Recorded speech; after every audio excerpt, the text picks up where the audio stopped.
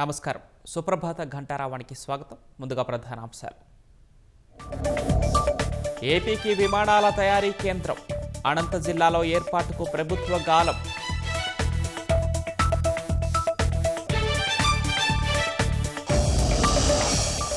కష్టపడే వారికే పార్టీలో పదవులిచ్చి ప్రోత్సహిస్తామన్న సీఎం.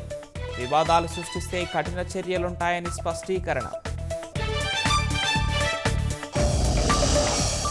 నేటి నుంచి పార్లమెంటు బడ్జెట్ సమావేశాలు.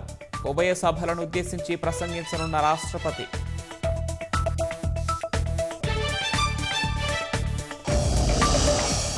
నేటి నుంచి తెలంగాణ మేడారం మహాజాతర. గద్దెపై కొలువుదీరనున్న సమ్మక్క సారలమ్మ.